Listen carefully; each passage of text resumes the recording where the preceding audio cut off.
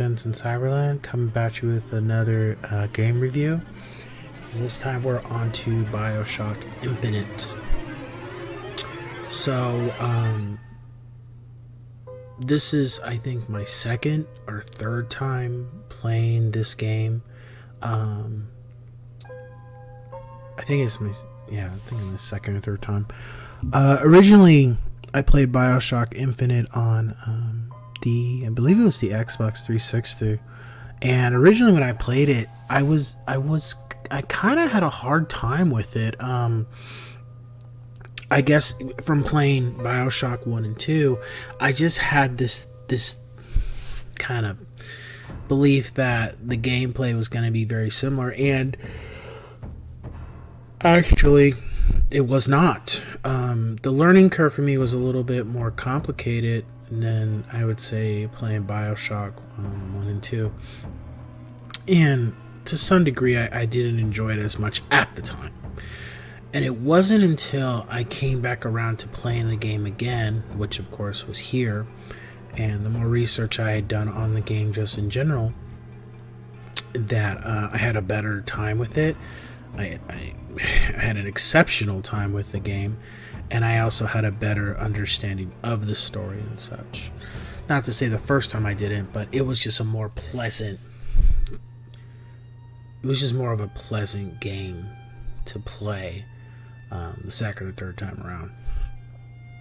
So, the game takes place in 1912 before World War One, and the main character, the game was very violent too.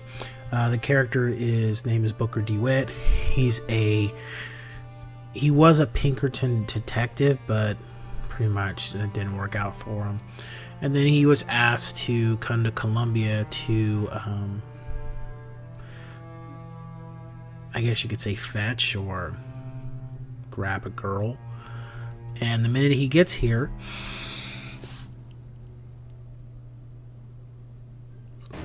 all of a sudden he gets attacked and everybody's trying to kill him.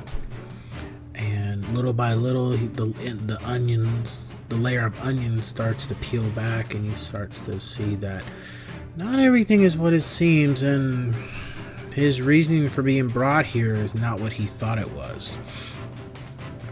And that's pretty much it. At first it becomes a point of finding this girl named Elizabeth, and then it just turns into a situation of just trying to get the hell up out of this place alive, because everywhere you go, it's either some type of robot, Comstock,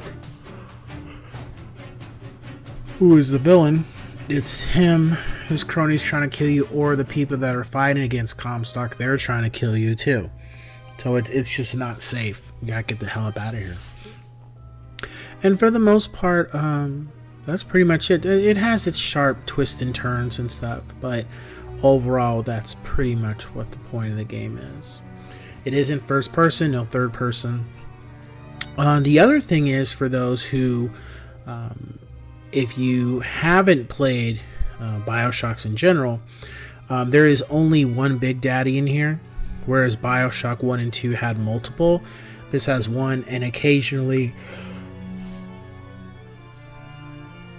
you will come across that thing. It looks like a giant damn, I guess a eagle to me. Kind of comes off like a giant eagle.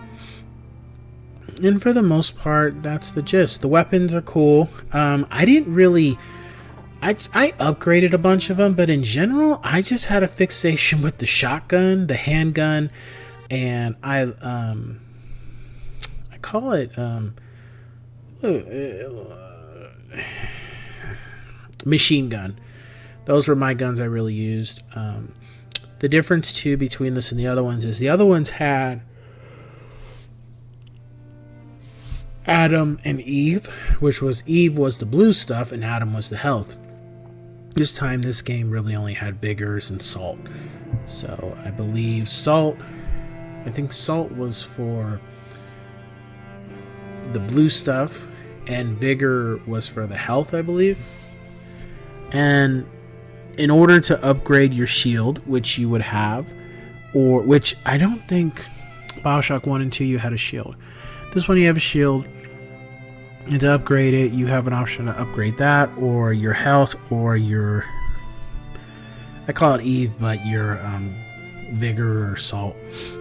And these items, you find them throughout the game, but you got to be very. You can find a good amount of them if you get stuck. But you can only go back so far. So try to really be good at investigating what you're looking when you're looking for these items. The other thing is your abilities. So in the original, you had different abilities you would utilize. You would inject them into yourself, and you'd use these powers, these Eve. And in here, it's these abilities are salt, but fire and electricity and water are staples, but and hypnotism were staples like the first Bioshock, and I believe too. But this one had a couple different ones. I didn't use them in general. I really just focused on fire, electricity and crow were pretty much my go-to weapons, because what you could do is when you had a group of people, you would throw the crows at them, or vice versa, throw electricity and then the crows, and it would be deadly. It'd kill everybody pretty much. And then if you had done so much damage, it would leave a bomb for them that if somebody comes later near them, they would get attacked by the items on near the body. The crows would just be sitting around the body, and the enemy gets close to the body, the crows would attack them. The animation in the game was amazing. It just overall it was like a movie, just in general, kind of like an animated, just an animated movie. The gameplay came off like that. See, as you can see, and then the way I had my ability set up too, I would use the crows, shock them, and their heads would explode. Of course, and I was shooting them too. So yeah, the other thing that was different too was where in Bioshock 1 and I believe 2, you were pretty much on your own. You didn't really have any help the whole time, so you got killed. This game, Elizabeth is following you, and sometimes when you're low on something, she would do her best to hand you whatever you needed to help you get through. And then if you went down, she would pick you up because, based on your money, she would get you back on your feet. There's only a couple times, I think, when I was playing, I went down. And then, of course, if you run out of money, then you actually die and need to revert back to where you were and stuff. But it was very rare that would happen. Let's see. It was very kick-ass. The other thing, Elizabeth would have the ability to do these tears where things that are not supposed to be there in your type of dimension or this world, she would pull, like you see that tear in the screen. She would pull an item, like right there, that thing to the right, or up there on the balcony, she would pull that item into this world, and you could utilize whatever it is. I didn't do a lot of that, or you could use it as a means to block somebody from hitting you. I really didn't do a lot of tears as I thought I was going to do, because I knew my abilities, or I knew I was capable with my abilities so well that I was just like, I'm good. And then also, the one thing I liked about Infinite is that you have multiple options of how you want your playing style. So if you don't want to use crows and electricity, or like I did, you could use the other abilities. And I don't think there was really any abilities that were just bad. It's just really based on your playing style. I would like to, depending on who I was fighting, I would stay further away and then use my salt abilities and then run up on them when they're kind of being incapacitated before they could move again to attack me. The other thing, that's Elizabeth. The other thing about this game as well was that it was if you've never played it, please be aware that it's very racist, and I mean it's very racist. They don't literally say the N-word, but there's parts in the game where it's just like, they call, instead of them calling them blacks, they say, don't speak out of turn your bet in front of your betters. Like, that's how they use it. Instead of saying white people, they just say your betters. So pretty much white people are the betters, and anybody that's not white is, the lesser than, the abomination, the slave, the whatever connotation you want to use, but pretty much the servitude, and need to be treated as such, and they're not good, and they're useless, but we need to just racist ass shit and hypocrisy at the same time. And there's certain parts of the game, you'll go into bathrooms, you'll see it. There's a part where you go to this arcade and you see it there. And then there's a lot of propaganda in regards to getting people at a young age to support Comstock and further his cause. So there's a lot of these little propaganda machines that you can view in different parts of the cities and stuff. And you just see you'll just come across some really just crazy shit. There are no heroes in this game. I will say that. The characters, even the characters you think that are righteous, they are not. Everybody's in it for themselves. I would say Elizabeth is the exception, but everybody in here you come across is just, they're either crazy or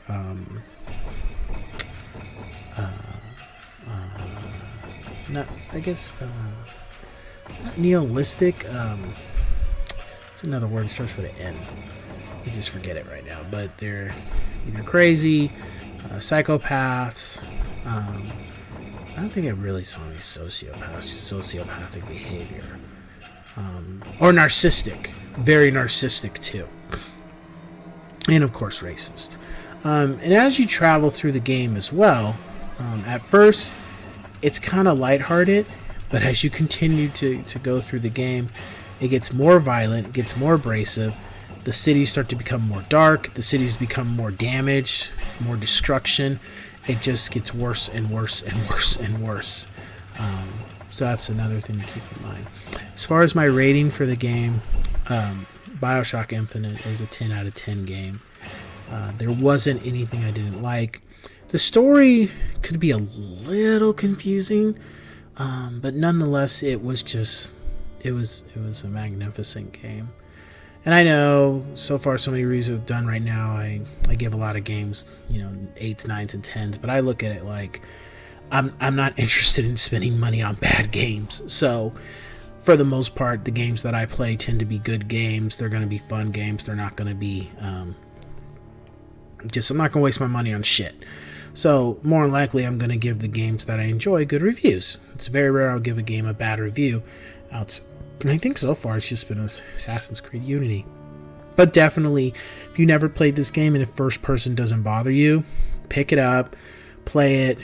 You will not regret it. It's just such a great story. The other thing, before I go, I was going to say, some people would say you play Bioshock 1 and 2, then play Infinite. Personally speaking, I would say play Infinite, then Bioshock 1, then Bioshock 2.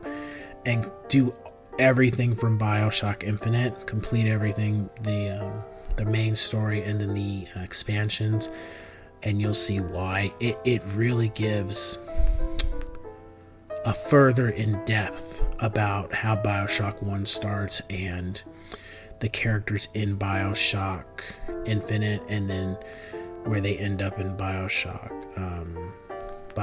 1. So I would say definitely check that out. Oh, and that was the other thing. I don't know what happened with 2K with this game, with the collection set, but a couple of my videos I was not able to have a thorough audio clip, and apparently 2K is still blocking the ability to record these videos. So some of my videos I didn't have audio and some I did, and to this day it's never been fixed. So if you ever intend on recording, keep that in mind that you might have to re-record certain gameplay to get both the audio and what you're doing in the gameplay to be synced with each other. Otherwise it's going to be muted. I try to do the best I could with mine, but you know, it's not always going to be perfect. Nonetheless, you know,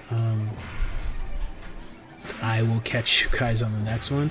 Again, this is a game that I love. It's very dear to my heart, and probably one of the greatest games I have played, period. So with that being said, I'll catch you guys on the next one. Ciao.